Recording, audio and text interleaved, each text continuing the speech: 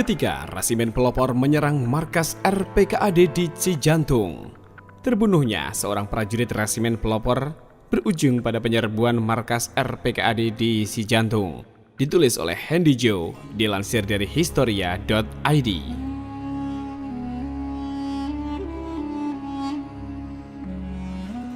Sejarah militer Indonesia tak pernah sepi dari insiden bentrokan antara sesama kesatuan.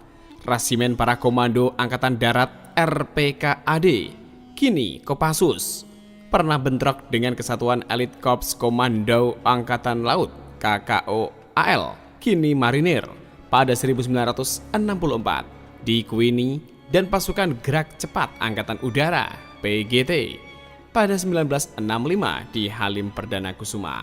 Namun, tak banyak orang tahu bahwa RPKAD pun pernah bentrok dengan Menpor, Resimen Pelopor, sekarang Brimob. Dalam Resimen Pelopor, pasukan elit yang terlupakan, Anton Agus Setiawan dan Andi M. Darlis mengungkapkan bentrokan yang terjadi pada pertengahan 1968 itu.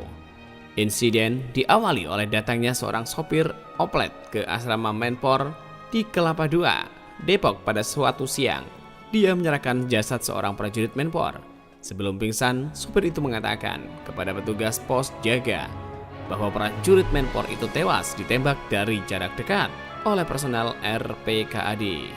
Selain melakukan identifikasi, prajurit Menpor tersebut adalah anggota Kompi F yang baru saja lulus pendidikan. Menerima laporan tersebut, Wakil Komandan Menpor AKBP Sutrisno sontak menjadi perang. Alih-alih menenangkan prajuritnya, dia malah memerintahkan 3 kompi Menpor, Kompi A, Kompi B, dan Kompi D untuk menyiapkan perlengkapan tempur dan mengisi senjata AR-15 dengan 5 magazin peluru tajam. 3 kompi ini dipecah ke dalam beberapa peleton dan berjalan kaki menuju Cijantung. Peleton pertama yang tiba di Cijantung berhasil menyusup dengan cara memotong pagar kawat di belakang markas RPKAD. Hanya dalam hitungan menit, 2 kompi masuk ke markas RPKAD. 1 kompi di luar untuk mengisi antisipasi perangkap RPKAD. Setelah melakukan penyisiran, ternyata asrama sudah dikosongkan. Prajurit Menpor menduduki markas RPKAD hingga pukul 06.00 pagi. Beberapa saat kemudian, datanglah sepasukan tentara dipimpin langsung oleh Pangdam 5 Jaya, Maijen Amir Mahmud. Dari atas tank, dia berseru agar prajurit Menpor segera meninggalkan Cijantung atau akan dianggap pasukan liar dan ambil tindakan keras.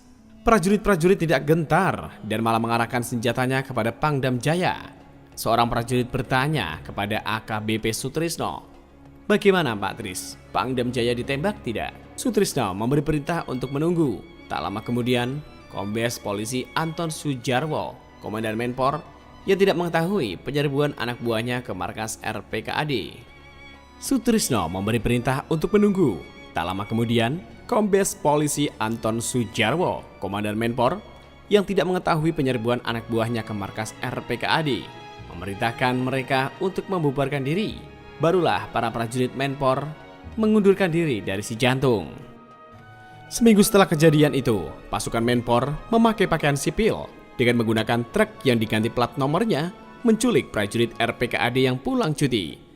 Prajurit RPKAD Malang itu ditusuk dengan pisau komando dan mayatnya dibuang di jalan.